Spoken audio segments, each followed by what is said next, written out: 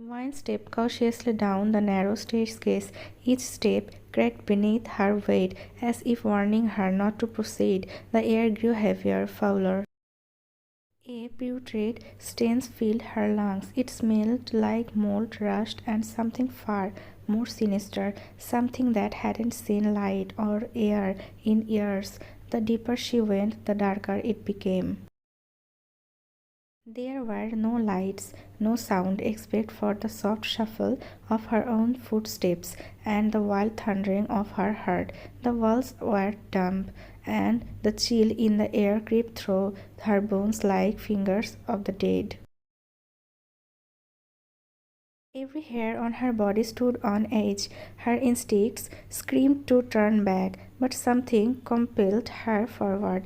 Then she saw it, a door, heavy, old, rotten at the edges, and scrawled across it in thick, jagged lettering, "The world is not safe anymore."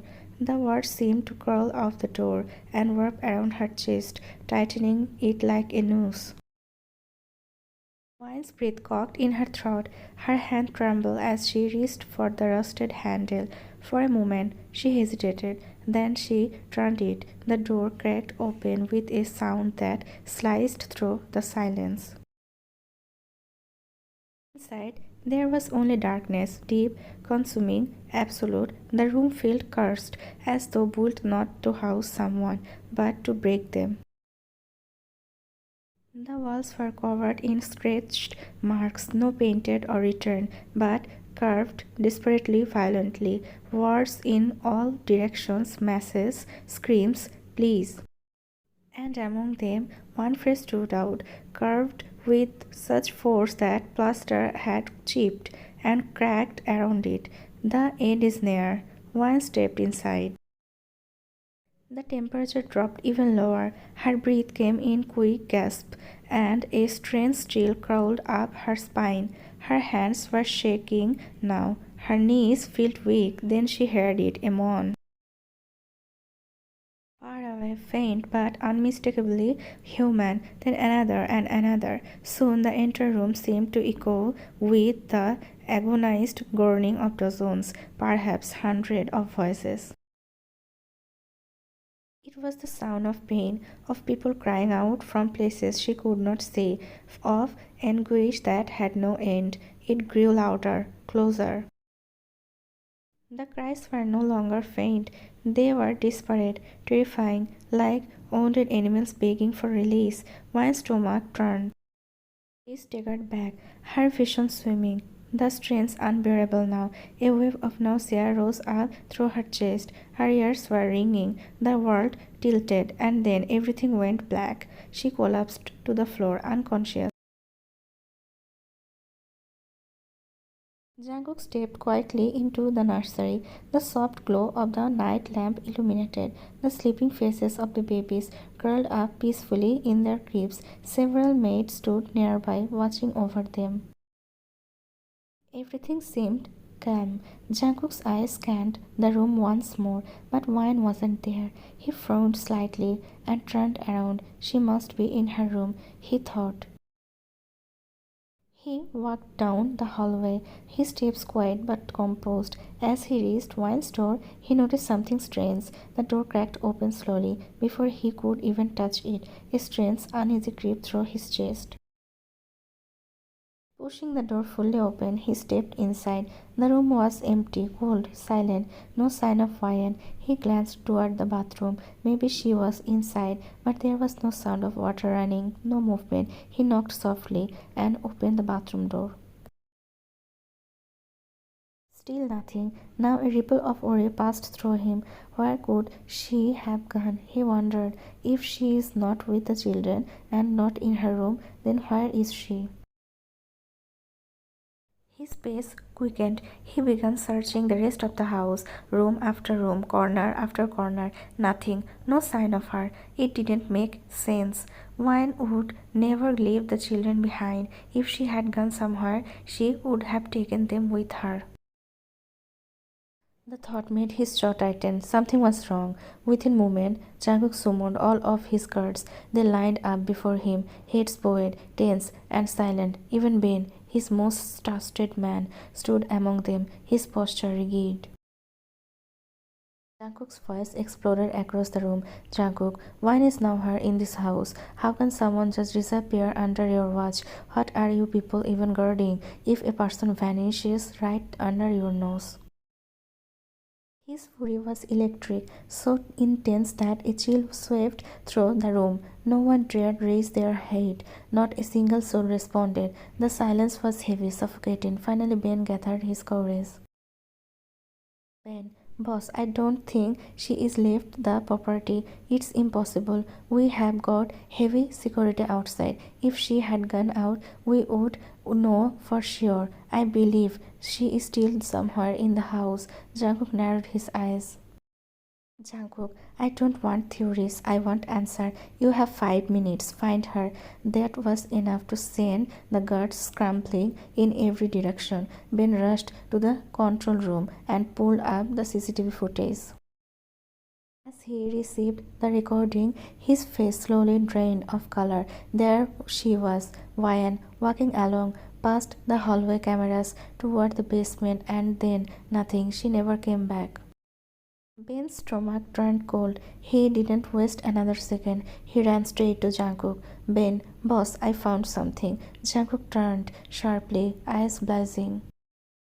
Ben, silhouette. Ben, she was last seen on cameras heading toward the basement. After that, there was no further footage of her. She hasn't been seen anywhere else. Silence felt like a blade.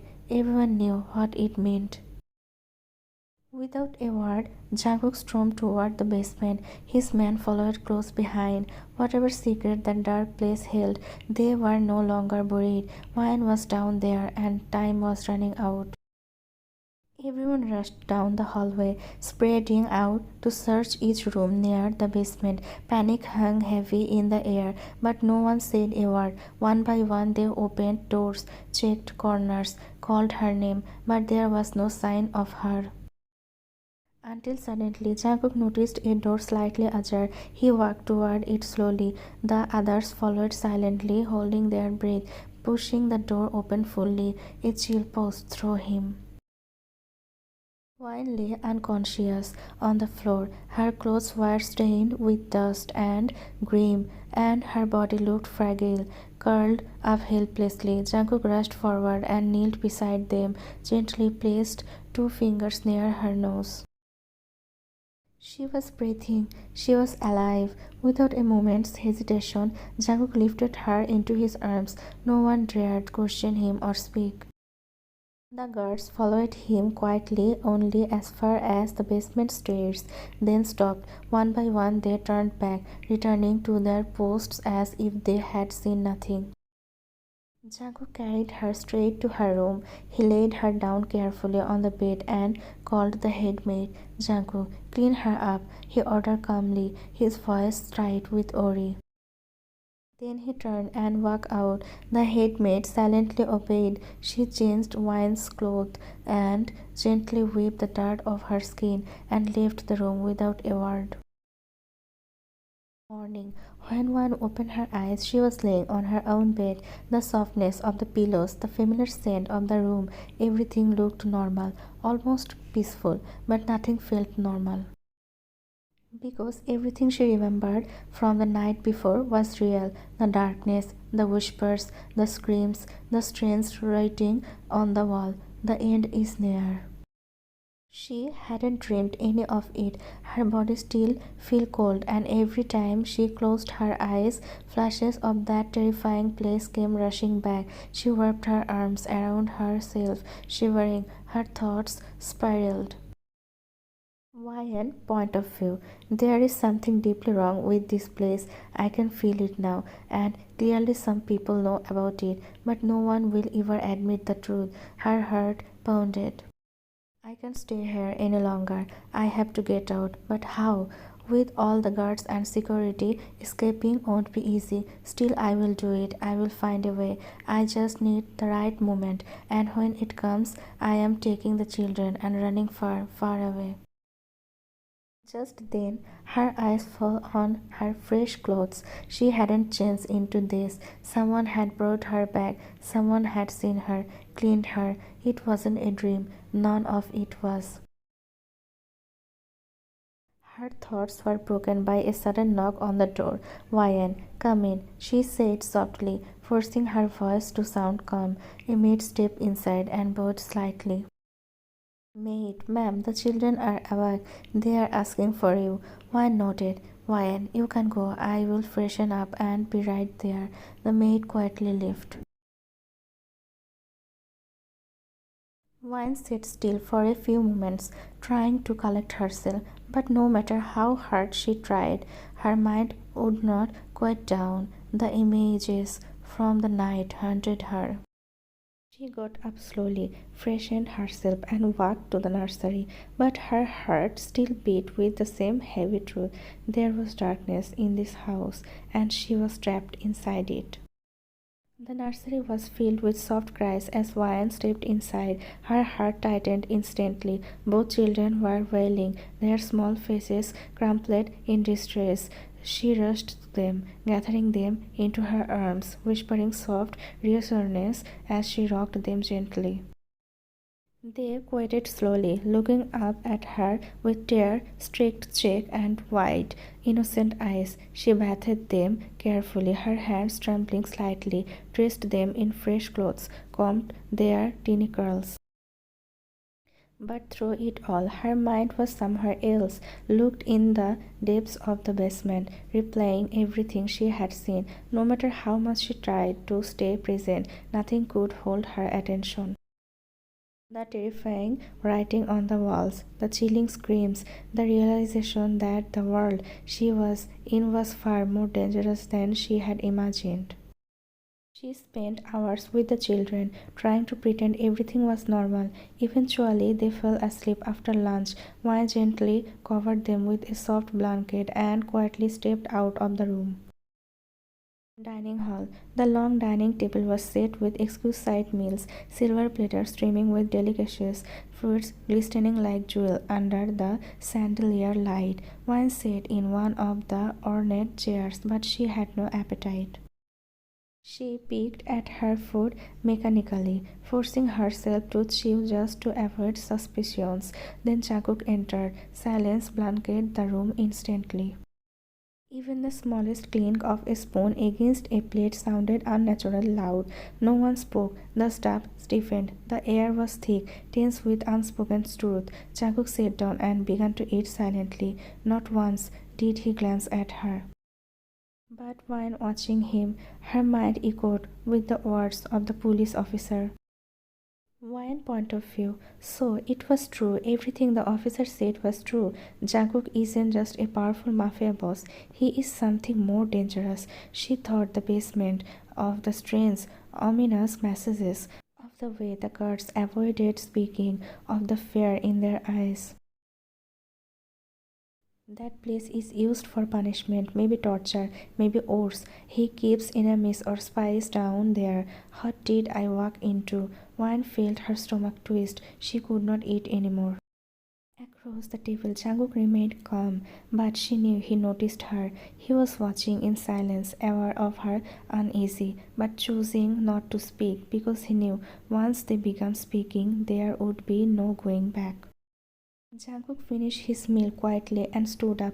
Without a word, he walked out of the room. One sat for a long while afterwards staring at her untouched food, then slowly got up and left. Nightfall. That night, back in her room, Wine lay awake, her thoughts spiraling into deeper and darker corners. She could not stay here. She would not.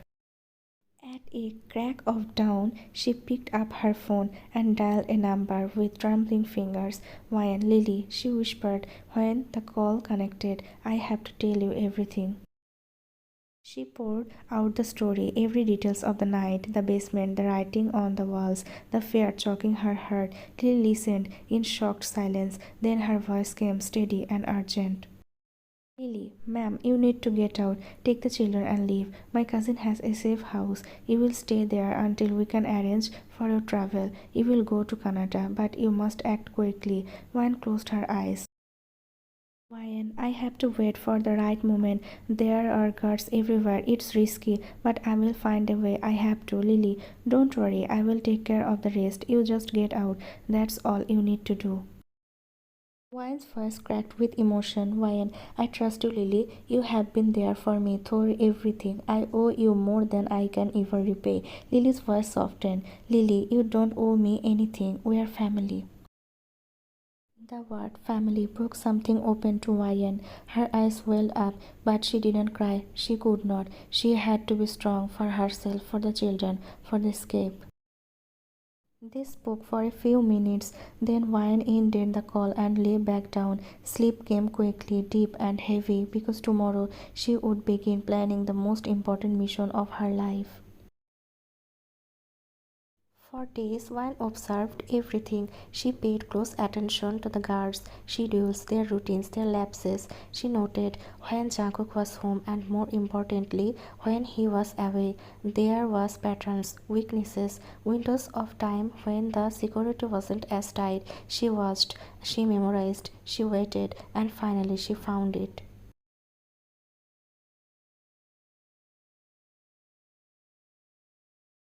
Every time Jungkook left for an important mission, the number of guards reduced. During high-level operations, most of the core team accompanied him, leaving only a skeleton crew behind. She also discovered that for exactly 1 minute each hour, the guards on the back side would step away, either to drink water or use washroom. That 1 minute, that was her only chance. Tonight, Jungkook had left for what was reportedly one of his biggest missions. The mansion was usually quiet, less surveillance, fewer guards, a silver of hope. Wine knew this was the moment. The nursery. One entered the nursery with silent urgency. She quietly packed warm clothes for the children, just enough to keep them safe from the cold night air. She gathered them in her arms, whispering softly to keep them calm. Their eyes blinked sleepily, unaware of the storm unraveling around them. She made her way downstairs, her heartbeat pounding with every step. She waited for that single precious minute. Then, like clockwork, the guards near the rear exit walked away. Now.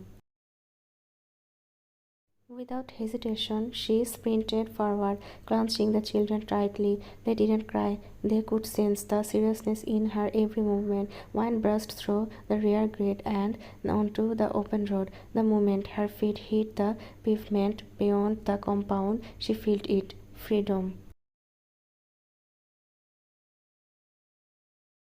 Her breath caught in her throat. She felt like a bird released from a cage. Tears streamed down her cheeks as she clutched her children and laughed, delirious with relief. And then, from the corner of the street, a familiar car flashed its headlights. Lily.